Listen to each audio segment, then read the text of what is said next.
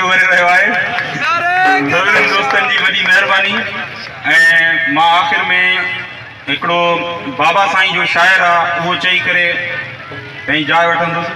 सजण सां नीह जो नातो निभायो से मज़ो आयो, करे सजदो सजण खे सिर कटायो से मज़ो आयो, मिली वियो राज़ रिंदी सिर जुदा जल्दी थियो खंजर सां, पढ़ी क़ुरान सिर नेज़े ॿुधायो से मज़ो आयो, अलिफ अल्लाह वा गुलज़ार ओला ला शरीकी में, अलिफ के मीम जे गुंड में छुपायो से मज़ो आयो।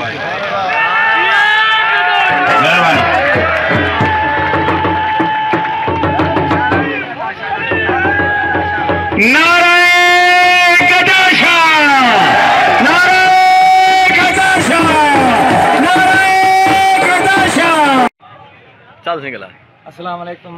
या अली मदद साईं है उर्स पाक साईं गुले गुलज़ार साईं गुलज़ार शाह जो बचड़ो सैयद गदा हुसैन शाह बुखारी जंहिं रोही खे रंग ॾिनो।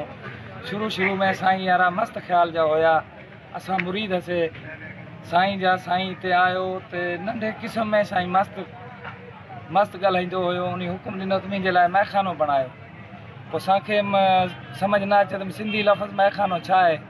उन चयो त मैखानो उहा चीज़ आहे जिथे इंसानियत जो दर्स ॾिनो वेंदो, इंसानियत रहंदी और मौला अली जी बचड़नि जी अहल बैत जी पहचान रहंदी। उन जे लाइ असां मुरीदनि खे रंग ॾिनो। गदा हुसैन गुलज़ार सखी जे बचड़े जेको आहिनि असां मुरीदनि ते अची करे अलम पाक लायो। अलम पाक लाइण खां बाद मस्जिद तामीर कराई। इन में दर्स ॾिनो जंहिंमें कम से कम 70-80 ॿार जेको आहे हिते क़ुर पाक जो सबक़ु पढ़े थो, क़ुर पाक जो समझ दर्स वठे थो। और उन खां बाद साईं हे मेला लवारिया सिर्फ़ु इंसानियत खे दर्स ॾियण जे लाइ के हे माण्हू शहूर में अचनि और हितां शराबी जुआरी नशाई लोफर सभु ख़तमु करे। और ॿियो हिन मेले में पिंडार में कंहिं औरत खे न आंदो वेंदो आहे, मर्दनि खे दर्स ॾिनो वेंदो आहे। मोहबत सां पेश ईंदा आहिनि और मोहबत सां हर को पंहिंजी दिलि जूं आसामींदा वठी ईंदो आहे। आसामींदा वठी करे वापसि हलियो वेंदो आहे। 3-4 ॾींहं उर्स रहंदो आहे और सभु मालिक जा लख एहसान आहिनि। असां रोही वारे माण्हुनि ते चई बाबा साईं गदा हुसैन शाह बादशाह अची करे हिन रोही खे रंग लायो। नारे गदा शाह, जिए गदा शाह। मंठार HD न्यूज़ से मैं हूं आपका मेज़बान दिलबर हुसैन। हमारे साथ मौजूद हैं हमारे इलाके के नामवर फनकार रहमतुल्लाह शाह साहब। हम उनसे आपकी मुलाकात कराएंगे और उनकी ज़िंदगी के हालात के बारे में वो खुद हमें बताएंगे। देखते रहिए मंठार HD न्यूज़, आपका अपना news channel Manthar HD news. Okay single आयो। बिस्मिल्लाहिर्रहमानिर्रहीम।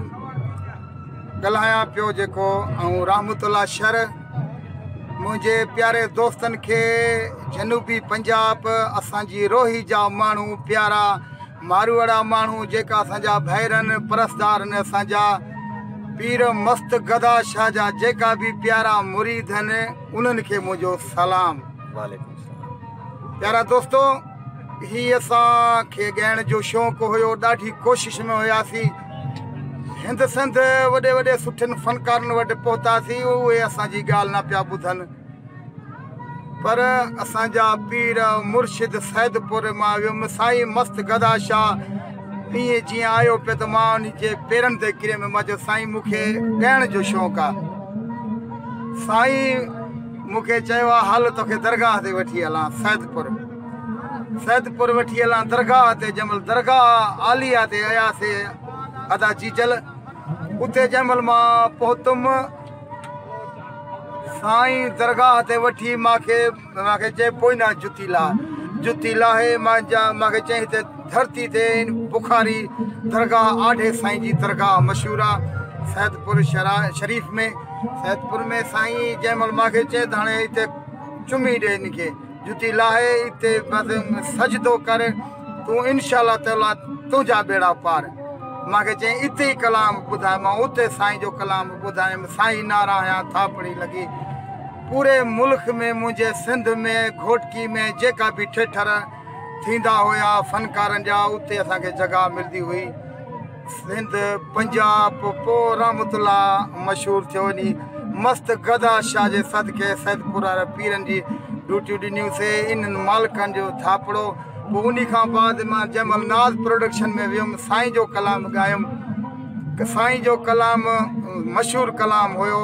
सैदपुर जो शहजादो आहे अदा मुझो गदा शाह पीर मुर्शिद मुझो हुआ है आऊं जो फ़कीर। वो यो मलहीर जो इलाको ऐं सैदपुर साईं मस्त गदा शाह जा गीत मशहूर थिया। सैदपुर सुभान अल्लाह पीरन सां असांखे पीरन जूं दुआयूं थियूं। वो मलहीर मैखाने ते साईं ते मेला कराया, उतों शुरुआत थी। असां हिते ड्यूटियूं ॾिनियूंसीं साईं जूं। हिते मेला शुरुआत सालानो मेलो। असां फनकार बणिजी हिते न ईंदा आहियूं, असां ड्यूटी ॾींदा आहियूं अची अलाह साईं असां साईं जे मेले ते वञूं था, असांजी ड्यूटी मंज़ूर कजां। इन मालिकनि जूं दुआयूं बाक़ी असां नाचीज़ असांजी वॾी मालिकनि जो करम थियो। असांजी जीजल भाउ जो इन्हनि जो इलाइक़े जो साथ हुयो। असांखे सुठी मोट ज़माने जी असांजो हे डॉक्टर ज़रब अली इन जी कमेंट्री करे थो। हाणे साईं जे मेले में हर रंग आहे, हिकु तफ़री आहे, इंजॉय आहे। हर माण्हू मारवाड़ा हिंद सिंध खां अचनि था, लाड़ उत्तर खां माण्हू अचनि था, हिकिड़ी कैंप हणनि था, पंहिंजा तंबू खैमा हणी करे पंहिंजो तफ़री हिकु मोहबत जो जहान आहे, हिकु ज़िंदगी जो हिकु मोहबत जो साईं जो निज़ारो आहे। इन में का ग़लति चीज़ न आहे।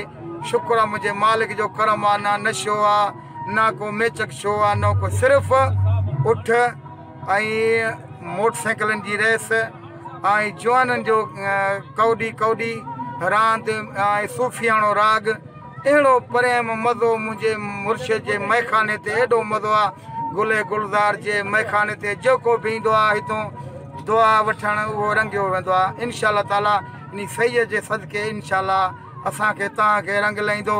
हीउ जेको असांजो इंटरव्यू करनि पिया दिलबर असांजो दोस्त